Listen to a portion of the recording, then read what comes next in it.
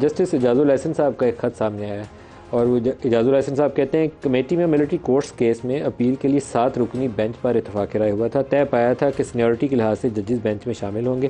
Pick and choose کے تاثر کو زائل کرنے کے لیے سینئر ججز پر مشتمل بینچ تشکیل دیا جائے.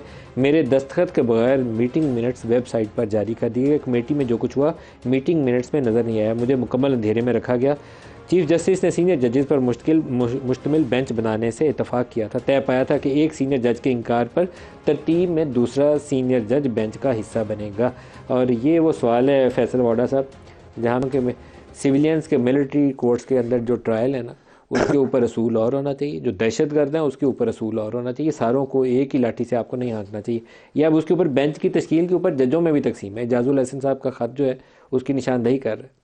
یہ بڑا کروشل میٹر ہے. دیکھیں سر دیکھیں جب میں مثال دے رہا ہوں. میں نے نعرہ لگایا ہے فوج کے خلاف اور انہوں نے فوج کی تنصیب اڑا دی ہے.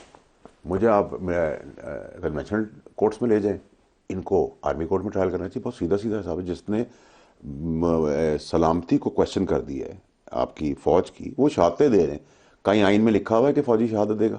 ارے بھائی یہ کون کہتا ہے کہ وہ صحیح کام ہے غلط کام ہے, لیکن آگے جو اس کے سزا کا طریقہ کار ہے وہ گراؤنڈ رولز کے مطابق میرا ہونا ندیم چاہیے. ملک صاحب آپ سے سوال ہے, آج میں آپ کو گستاخی کروں گا کہ سر مجھے بتائیں بھٹو صاحب کو غلط پھانسی دی, اس پھانسی کے بعد آج کئی ان کا 3 نسلوں نے بھی سیاست کر لی. آج آپ کہتے ہیں وہ غلط فیصلہ تھا, تو بھٹو صاحب کو آپ زندہ کیسے کریں گے؟ اور اسی طریقے جتنے لوگوں کو آپ نے پھانسی کی سزا دی ہے ان میں سے اگر جن میں غلطی ہے ان کو زندہ کیسے کریں گے؟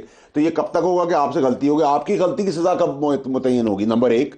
نمبر 2 یہ کہ جب تک آپ اپنا جوڈیشل سسٹم ٹھیک نہیں کریں گے, جو ہمارا کام تھا, اگر ہماری پگڑی اچھلے گی تو پگڑی پھر کسی کی بھی نہیں بچے گی.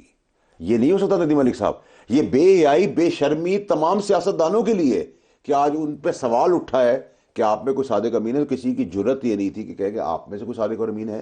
آپ میں سے کوئی صادق امین میں صادق امین تو اگر میرا دادا ہے تو میں اس کو بھی نہیں کہہ سکتا کہ وہ صادق امین ہے, کہ وہ انسان ہے. اس نے بھی اپنی جوانی میں, انہوں نے بھی کہیں جوانی میں غلطی کی ہوگی, اللہ مجھے نصیب کرے. ٹھیک ہے, انسان غلطیوں کا پتلا ہے. اب آپ مجھے بتائیں جن ججوں کے بیٹوں نے اربوں روپے کمائے ہیں اور کورٹوں کے فیصلوں کی لین دین کی ہے, ان کی آڈیوز اور ویڈیوز آئی ہے, ان کی سزائیں کب متعین ہوں گی اور ان کا ٹرائل کب ہوگا؟ افتخار چودھری صاحب کے زمانے سے لے کر آج تک, افتخار چودھری کے زمانے سے لے کر آج تک ان کے بیٹوں کی تفصیلات جو تھی ریاض ملک نے سب سے پہلے پریس کانفرنس کی. میرے اوپر الزام ہے ایز اے جج, مثال دے رہا ہوں, کہ مجھ پہ جھوٹا یا سچا پیسے لین دین کا ہر چیز کا مجھ پہ الزام ہے.